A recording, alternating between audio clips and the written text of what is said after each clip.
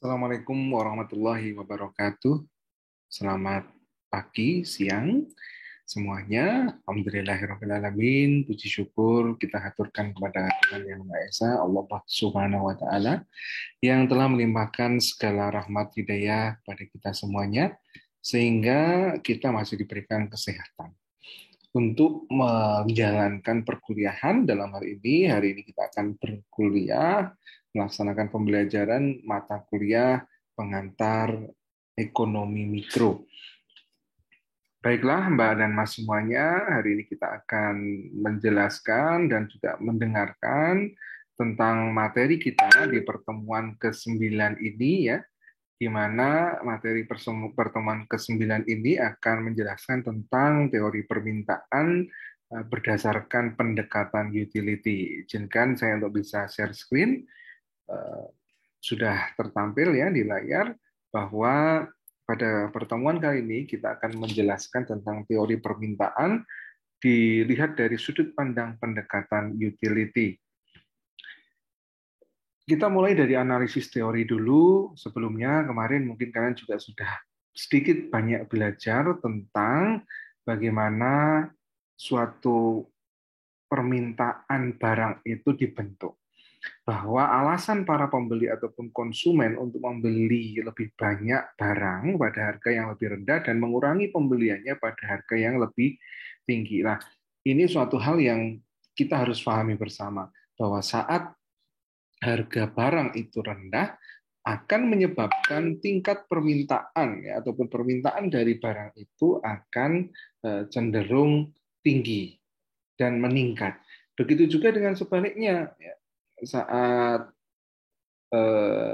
barang itu memiliki harga yang mahal ataupun harganya tinggi, maka permintaan dari barang itu akan memiliki kecenderungan yaitu adalah menurun ataupun rendah. Nah, ini tentu merupakan hukum dari suatu permintaan. Ya. Berikutnya adalah bagaimana seseorang konsumen menentukan jumlah dan komposisi barang yang akan dibeli dari pendapatan yang diperolehnya. Artinya kita harus memiliki suatu prioritas. Sejauh mana kita punya uang. Lalu sejauh mana uang yang akan kita lakukan ini ya, kita punyai ini akan kita belanjakan semaksimal mungkin. Nah, ini tentu membutuhkan apa ya, semacam perhitungan. Kira-kira saat saya memiliki uang 1 juta, apakah akan saya gunakan untuk keseluruhannya mengkonsumsi, ya, ataupun nantinya mengkonsumsi jenis barang seperti apakah yang memang akan saya konsumsi untuk bisa menghabiskan uang saya. Apakah konsumsi yang sifatnya ada makanan, ada suatu barang-barang lainnya, apakah nantinya proporsinya seperti apa.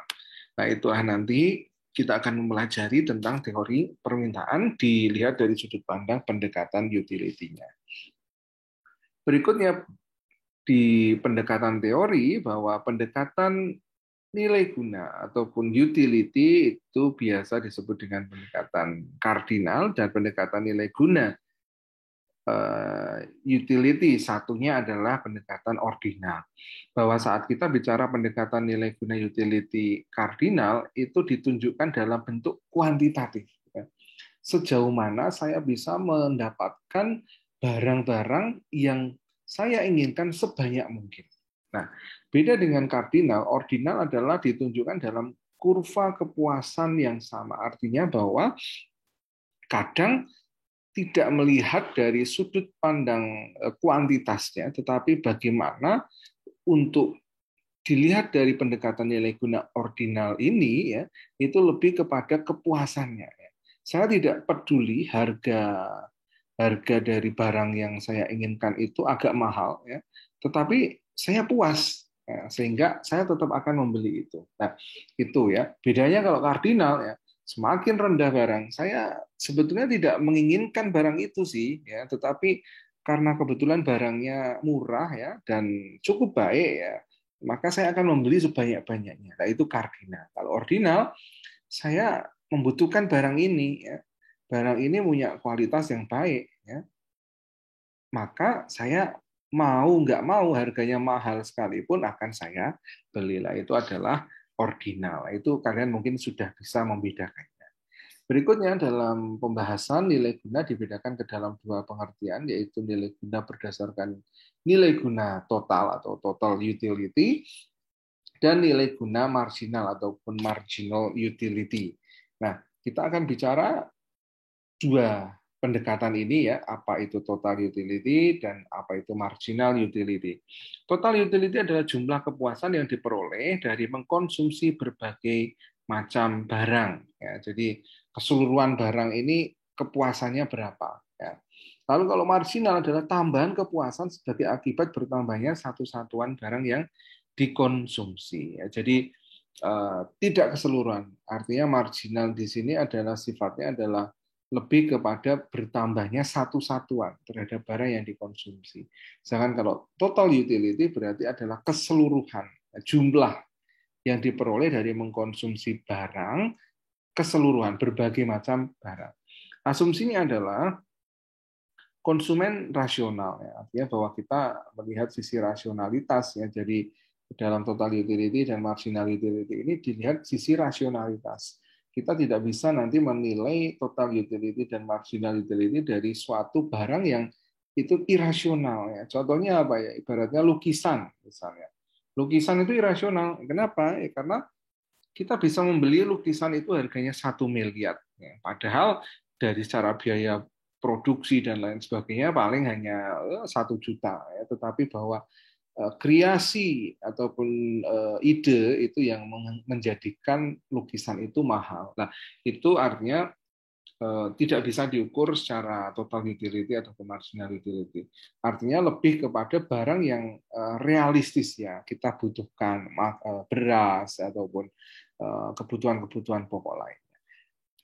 Diminishing marginal utility artinya tambahan utilitas yang diperoleh konsumen makin menurun dengan bertambahnya konsumsi dari komoditas tersebut. Artinya semakin banyak ya, semakin banyak kita mengkonsumsi ini diibaratkan kita pengen burger ataupun pizza ya. Tetapi saat kita makan satu slice pizza, saat itu rasanya sungguh luar biasa enak. Tetapi saat kita makan 50 atau 20 slice pizza ya, tentu kita tidak akan merasakan rasa nikmat seperti halnya saat kita makan pizza di suapan pertama. Nah, itulah diminishing marginal utility. Artinya bahwa kadang sesuatu yang kita rasakan di awal itu saat kita ulangi lagi akan memiliki rasa yang tidak sama. Berikutnya adalah pendapatan konsumen harus tetap.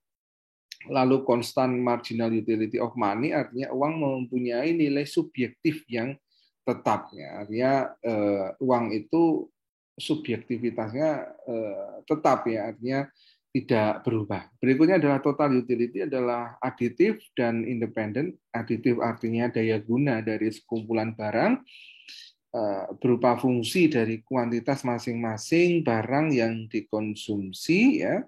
Lalu sedangkan independen itu mengandung pengertian bahwa daya setiap barang tidak dipengaruhi oleh tindakan mengkonsumsi barang lainnya ya. Jadi ada yang total utility itu secara aditif ya, yaitu saling mempengaruhi satu sama lain, dan ada yang total utility independen artinya tidak terpengaruh oleh tindakan konsumsi barang lainnya. Jadi mungkin contohnya ibaratnya kalau secara independen di situ ya antara beras sama beras sama kebutuhan pokok lainnya adalah pakaian misalnya. Ya.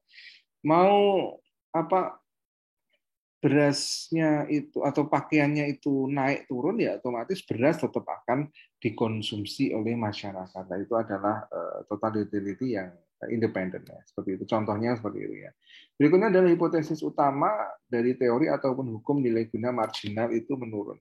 Tambahan nilai guna yang akan diperoleh seseorang dari mengkonsumsi suatu barang akan menjadi semakin sedikit apabila orang tersebut terus-menerus menambah konsumsinya ke atas barang tersebut. Tadi ya, sudah saya sampaikan ya, bahwa saat kita mengkonsumsi satu barang di awal ya, itu kepuasannya itu akan berbeda saat kita mengkonsumsi kedua, ketiga, keempat kalinya.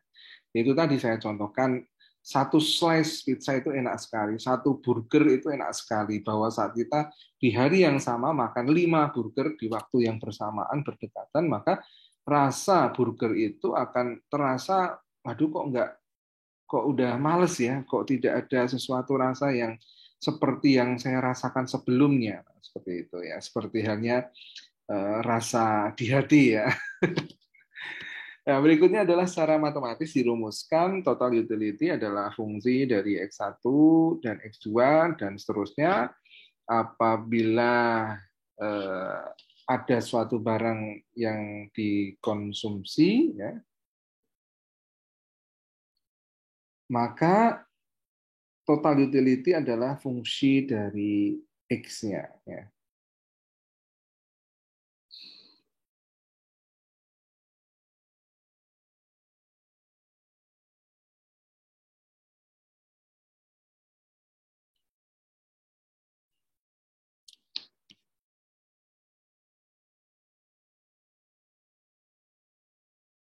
Oke.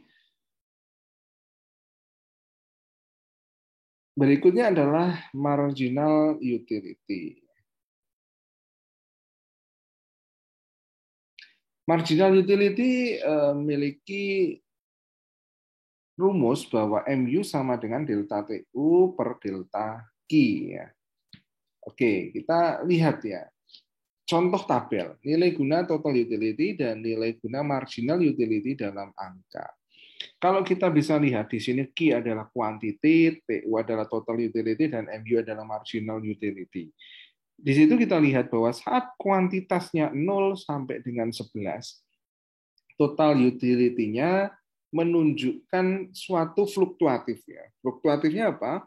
Bahwa kecenderungannya adalah seperti halnya kurva ya.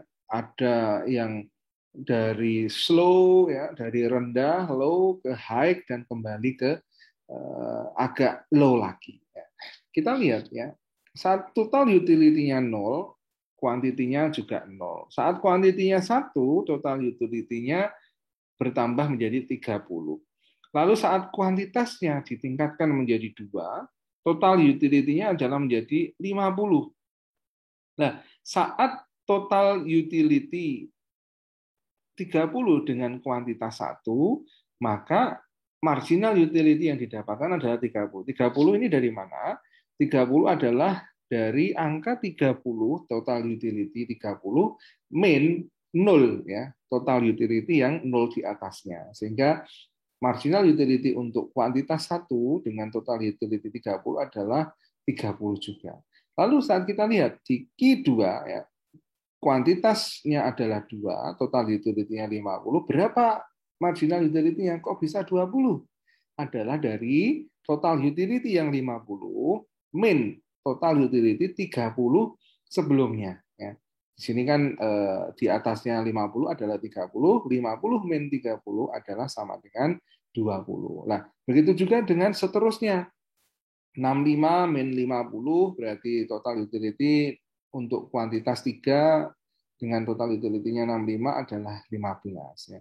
Berikut sampai seterusnya hingga mencapai marginal utility yang minus. Ya.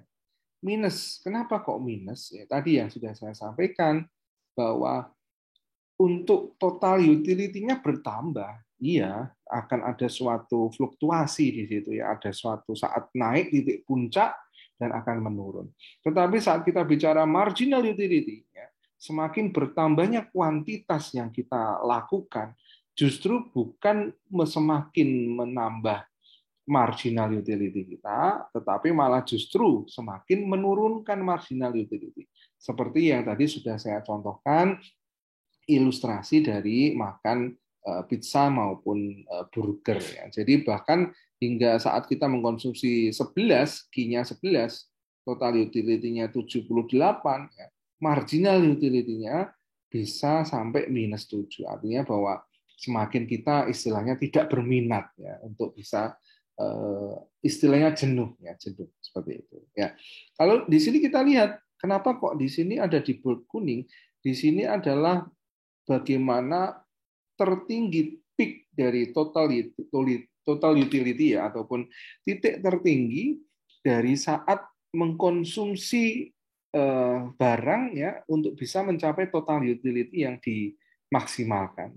Sehingga dari tabel ini saat mengkonsumsi 8 buah konsumsi dari barang itu, maka akan mendapatkan total utility maksimal sejumlah 90 dan marginal utility-nya adalah 1. Nah, ini data yang dapat kita baca ya. Nah, berikutnya kita bisa lihat di sini ya, bahwa tadi yang sudah saya sampaikan ya, kalau dari sisi total utility di situ ada suatu peak ataupun titik puncaknya di mana adalah total utility yang ada adalah 90 saat mengkonsumsi jumlahnya adalah 8 ya. Lalu berikutnya sebaliknya di sini ya, bahwa saat kita bicara marginal utility ya, maka semakin menurun dari setiap kali kita melaksanakan ataupun meningkatkan jumlah yang kita konsumsi, saya seperti itu ya.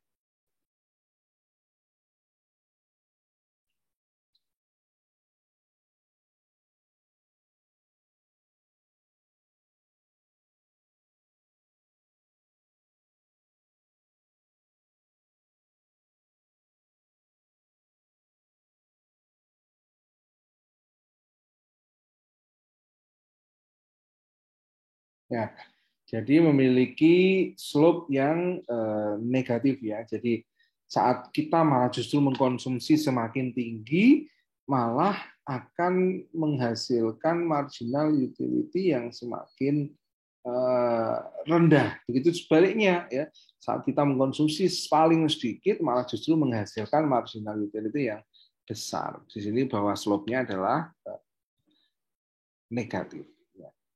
Berikutnya adalah contoh di tabel. Kita bisa isikan di sini ya. Berarti tabel tersebut menunjukkan schedule dari total utility hipotesis individu dari mengkonsumsi berbagai jumlah alternatif komoditi X per unit waktu. Di sini kita menganggap dapat mengukur utilitas dalam arti unit fiktif yang disebut util. Mengingatlah bahwa sampai titik tertentu bila individu mengkonsumsi lebih banyak unit X per unit waktu, TUX akan meningkat. Sedangkan MU itu adalah semakin menurun. Nah, kalau kita lihat di sini ya, bahwa ini kuantitasnya ya, kuantitas 1, TU-nya 10, maka MU-nya adalah 10. Nah, seperti itu ya. Kalau kita lihat di situ sama halnya dengan tadi ya, intinya bahwa kalau total utility itu semakin meningkat dan akan ada suatu titik maksimal dari total utility itu sebelum nantinya kembali turun, kalau marginal utility tidak ada meningkat ataupun tidak meningkat ataupun fluktuatif, tetapi malah justru setiap semakin banyak kita mengkonsumsi akan semakin menurun. Nah, lihatlah gambar kurva berikut, titik jenuh MUX sama dengan 0 dicapai apabila konsumsi X individu itu meningkat dari 5 ke 6 unit. Kurva MUX yang menurun menggambarkan prinsip utilitas marginal yang semakin berkurang. Principle of diminishing marginal utility. Ya, nanti mungkin kalian bisa lihat ya, tadi hampir sama seperti hal yang grafik yang tadi sudah saya jelaskan.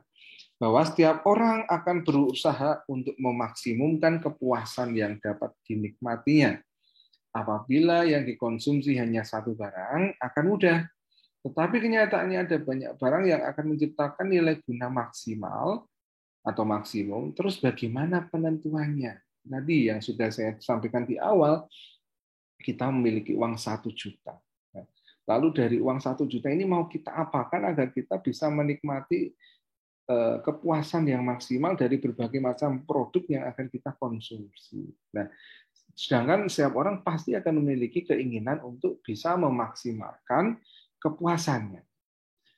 Maka kita akan melanjutkan materi kita dengan menjelaskan tentang equilibrium konsumen dalam mencapai maksimalisasi utility total. Jika konsumen menggunakan pendapatannya dengan utilitas atau kepuasan dari uang terakhir yang dibelanjakan pada berbagai komoditi adalah sama. Secara matematis dapat dinyatakan sebagai berikut ya. MUX per PX sama dengan MUY per PG ya. Dengan kendala ataupun bisa dirumuskan PX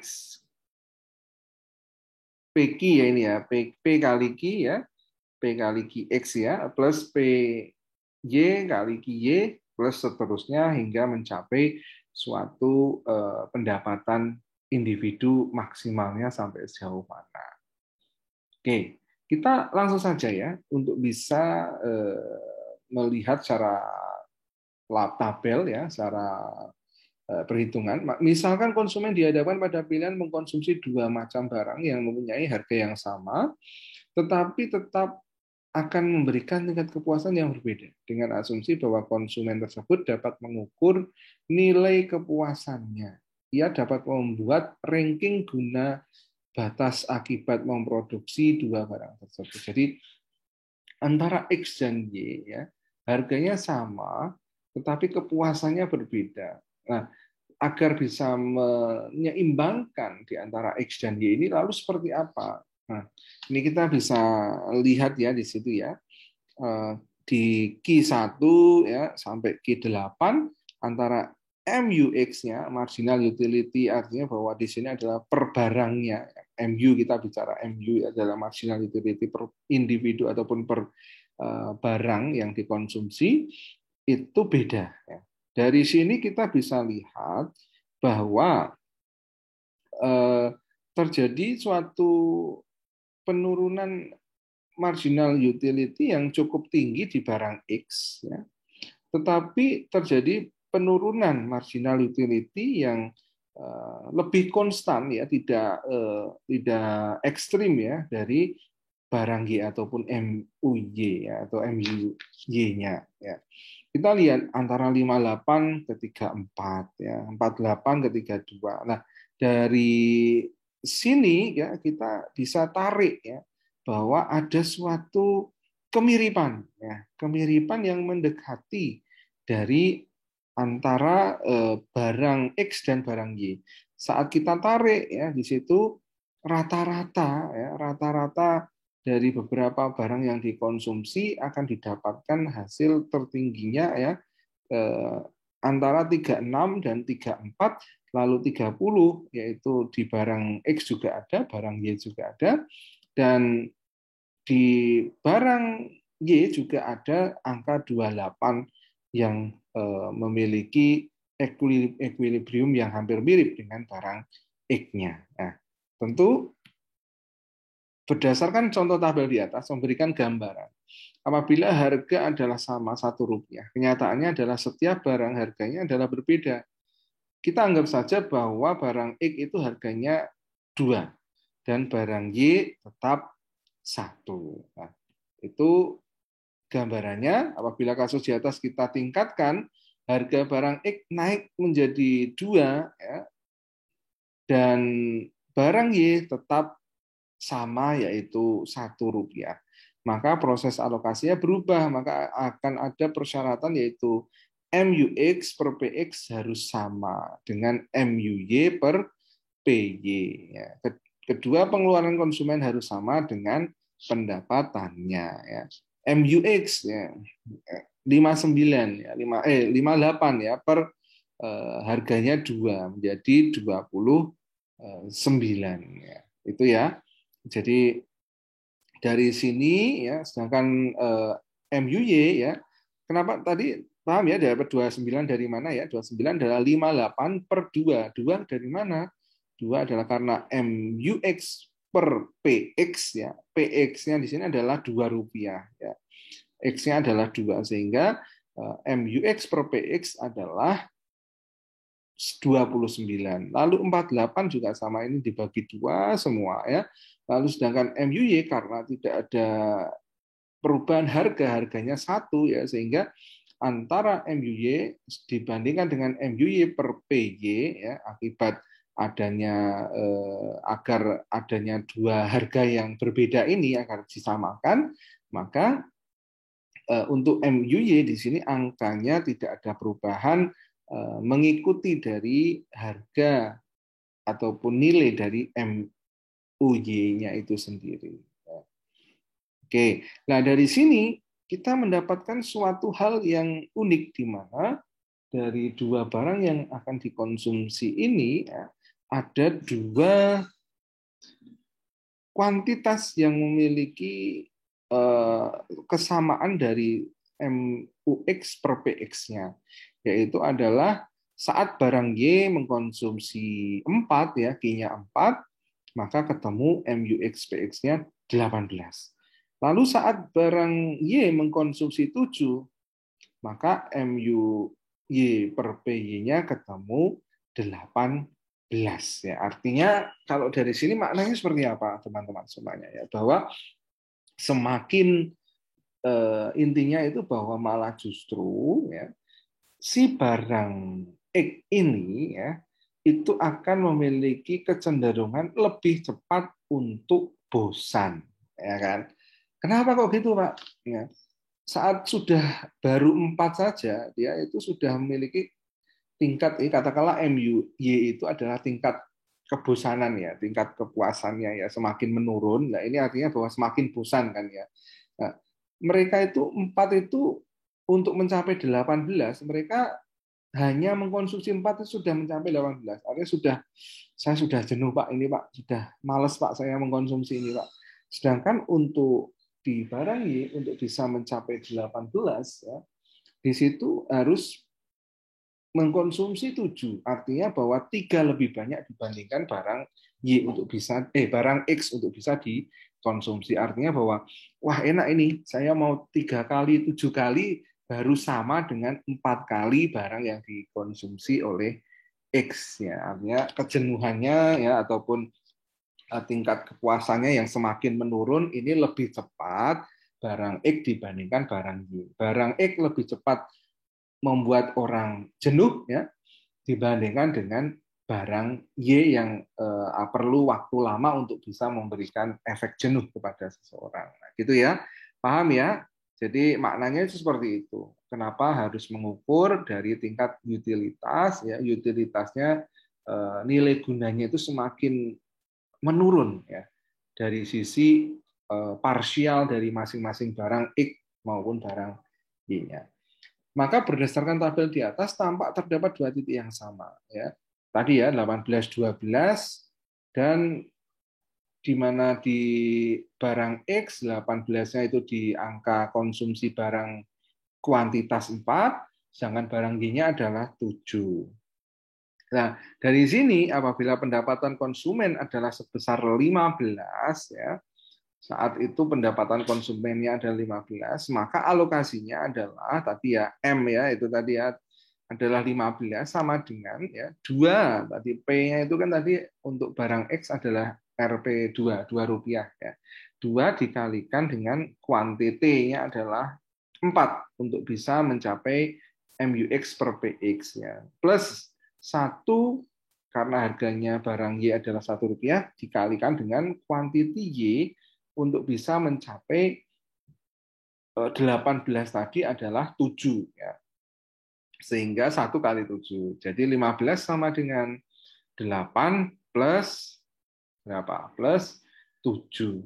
Ya, artinya adalah sama dengan 15. Jadi dari sini kita lihat bahwa untuk bisa mencapai titik kepuasan yang maksimum equilibrium ya dengan pendapatan sebesar Rp15 ya, maka harus mengkonsumsi ya tadi ya, mengkonsumsi sesuai dengan apa yang tadi disampaikan ya, antara X dan Y-nya itu 8 dan 7 ya, sehingga mencapai keseimbangan yang maksimal dari sisi utilitas ya.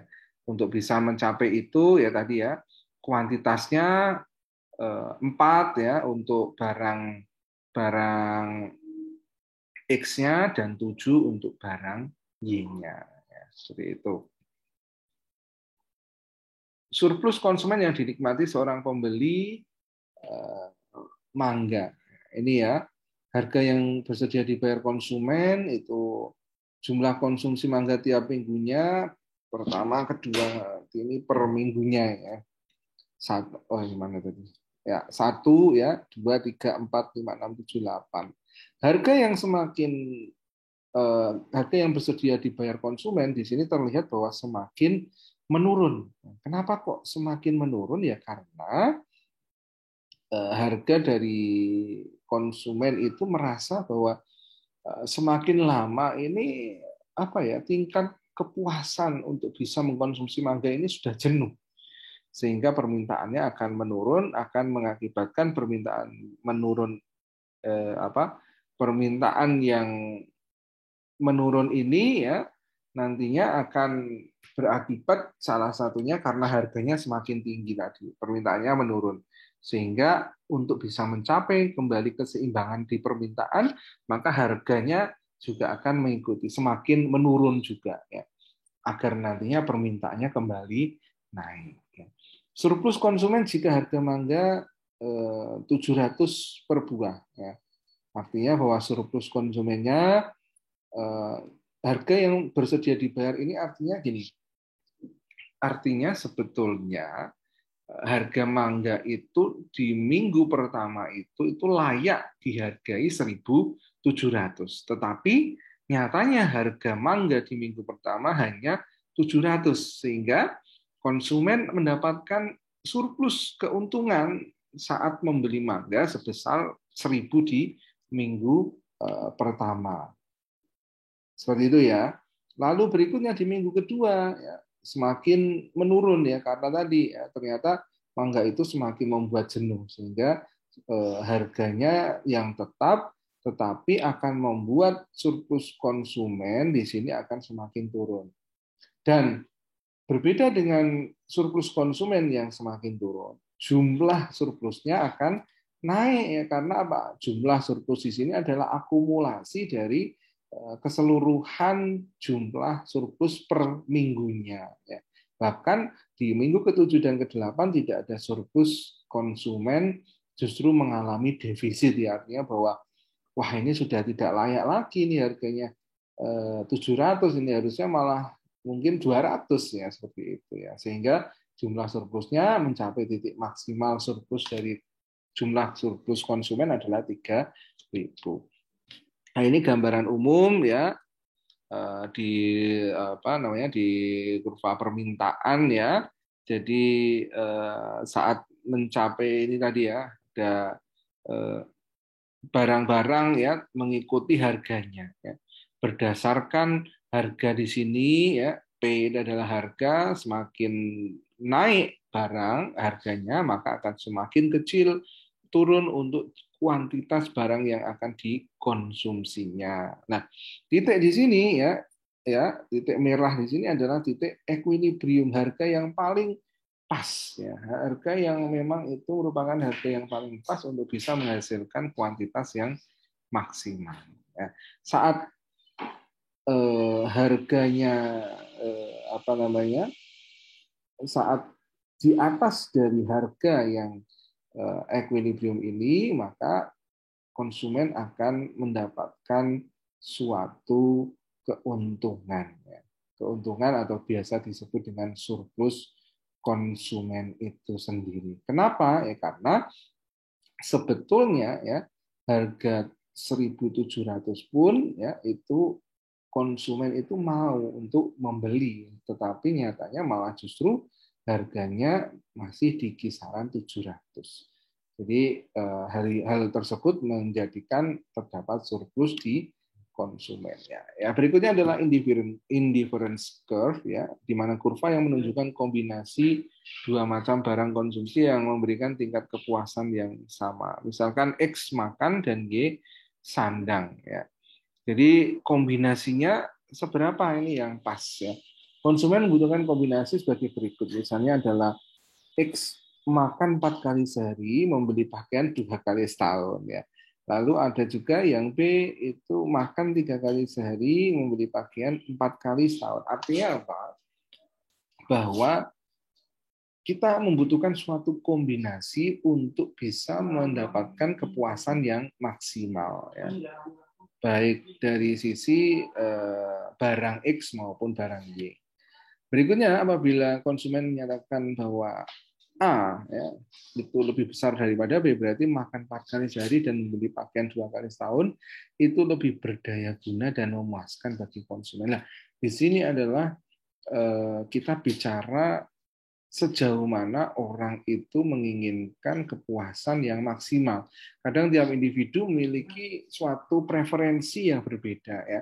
Saat saya lebih pilih makan dibandingkan pakaian. Ada juga yang saya mending diet saja ya, yang penting nanti pakaian saya selalu update tiap waktunya. Nah, itu adalah bentuk dari indifferent curve ya. Nantinya akan kita mungkin ataupun kalian nanti bisa pelajari lebih lanjut lagi. Oke, mungkin itu saja dari saya. Ya, apabila ada pertanyaan yang perlu didiskusikan, nanti kalian bisa ajukan di dalam kolom diskusi di Elita. Ya. Mungkin seperti itu dari saya. Terima kasih. Kurang lebihnya mohon maaf. Kita akhiri. Wassalamualaikum warahmatullahi wabarakatuh. Yuk semuanya.